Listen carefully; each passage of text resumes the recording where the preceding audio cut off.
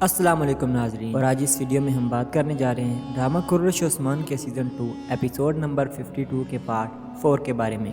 ناظرین، جیسا کہ آپ جانتے ہیں کہ وہ منگول کمانڈر جسے گیہاتو نے بھیجا تھا، نکولا اس کا بالکل بھی اعتبار نہیں کر رہا تھا، اور پھر وہ نکولا کو اعتبار اور یقین دلانے کے لیے کہتا ہے، اب میری بات غور سے سنو، تمہارے سامنے جو چہرہ بیٹھا ہے تم یہ سمجھو کہ وہ گیہاتو کا چہرہ ہی ہے، اور اس بات کو ذہن میں رکھ کر میری بات سنو۔ ہم نے جس قافلے پر حملہ کیا عثمان اس میں شامل نہیں تھا۔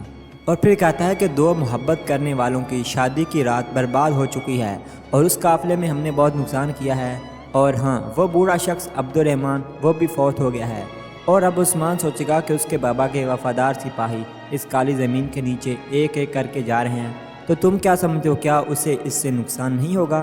اور اب عثمان کی ساکھ تباہ ہو چکی ہے، اور اس کے ساتھ اب امرولو قبیلے کی باری بھی آ گئی ہے۔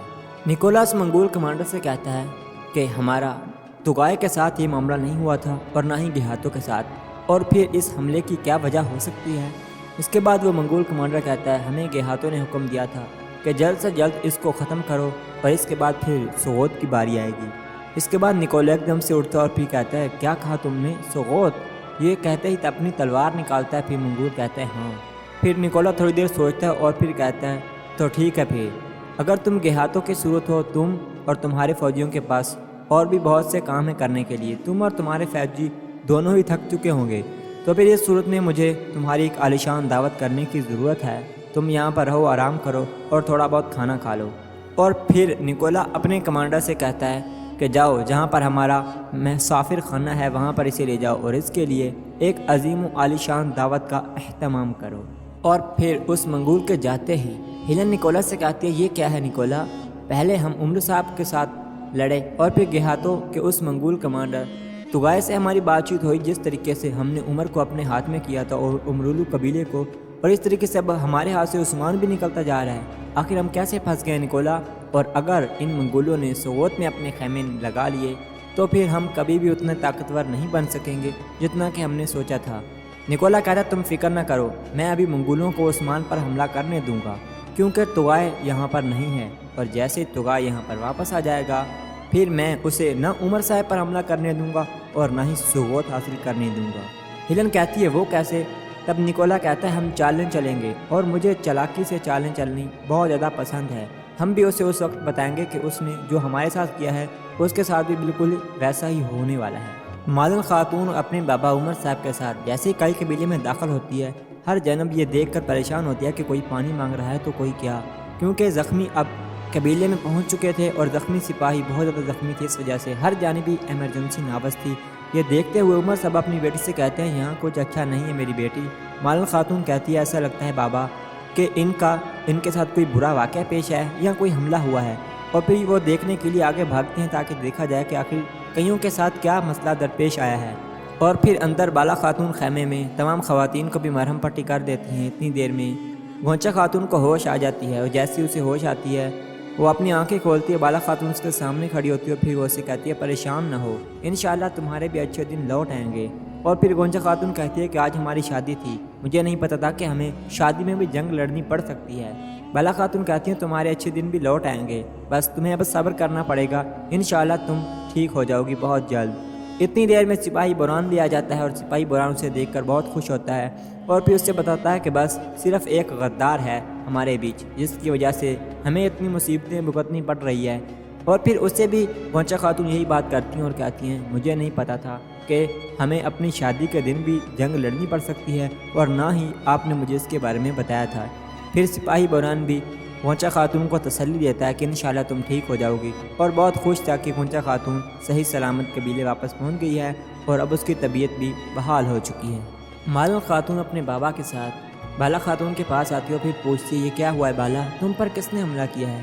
تب بالا خاتون کہتی ہیں، آپ کو کیا لگتا ہے ہم پر حملہ کرنے والا کون ہے؟ ہمارا دشمن کون ہے؟ وہی جسے آپ گھوڑے بیچنے جا رہی تھی۔ نکولا اور توغائے نے مل کر کے ہمارے شادی کے کارواں پر حملہ کیا اور ہمارے کتنے جنگجوؤں کو شہید کیا۔ یہ سنتے ہی ایک دم سے مادن خاتون کہتی ہیں، بالا خاتون ایسا کیسے ہو سکتا ہے، یہ ایسا نہیں ہے جیسا کہ آپ سوچ رہی ہیں، اور آگے بڑھنے لگتی ہیں۔ تب اس کے بابا اس کا ہاتھ پکڑ لیتے ہیں اور پھر بالا خاتون سے پوچھتے ہیں کہ عثمان صاحب کہاں پر ہے، مجھے ان سے ملنا ہے۔ تب بالا خاتون بہت زیادہ پریشان کن ہو کر کے کہتی ہیں وہ عبد الرحمن غازی کو دفن کرنے گئے ہیں، وہ شہید ہو چکے ہیں۔ یہ سنتے ایک دم سے عمر صاحب کہتے ہیں عبد الرحمن غازی، ہاں عبد الرحمن شہید ہو چکا ہے۔ اس کے بعد بالا خاتون بہت زیادہ پریشان کن ہو کر کے کہتی ہے ہاں عبد الرحمن غازی، ان ظالموں نے اسے شہید کر دیا۔ یہ سنتے ہی ایک جانب سے عمر صاحب رک جاتے ہیں اور پھر بہت پریشان ہوتے ہیں۔ اس کے بعد ان کے سپاہی آ کر کے انہیں بتا دیتے ہیں کہ عثمان صاحب اوطاق میں آ چکے ہیں اور وہ آپ کا انتظار کر رہے ہیں۔ اور پھر عمر صاحب عثمان صاحب سے ملنے چلے جاتے ہیں۔ عمر صاحب جیسے عثمان غازی کے خیمے میں داخل ہوتے ہیں پہلا سوال بھی وہ یہی کرتے ہیں عثمان صاحب تو کیا عبد الرحمن غازی شہید ہو چکے ہیں؟ وہ تو آپ کے بابا ارطغرل الغازی کے ساتھی تھے نا؟ اس پر عثمان صاحب کہتے ہیں جی ہاں عمر صاحب، عبد الرحمن غازی میرے بابا غازی کے بہت ہی پیارے ساتھی تھے اور انہوں نے میرے سپاہیوں کو بچانے کے لیے اپنی جان داؤں پر لگا دی اور وہ شہید ہو چکے ہیں۔ اس کے بعد عثمان صاحب کہتے ہیں ہاں یقیناً انہوں نے جو کیا انہیں اس کا انجام بھگتنا پڑے گا اور میں بھی نکولا سے انجام لوں گا، لیکن آپ عمر صاحب آپ اس کی ادائیگی کیسے کریں گے؟ عمر صاحب کہتے ہیں میں اس کی ادائیگی کیوں کروں گا؟ عثمان صاحب کہتے ہیں کیونکہ آپ اس نکولا کو گھوڑے بیچ رہے تھے اور جب ہمارے قافلے پر حملہ ہوا ہے اس منگول کمانڈر طغائے کے ساتھ وہاں پر صلیبی سپاہی بھی موجود تھے جنہوں نے ان کی مدد کی اور ہمارے سپاہیوں پر تیر برسائے اور آپ اس کو گھوڑے بیچ رہے ہیں عمر صاحب۔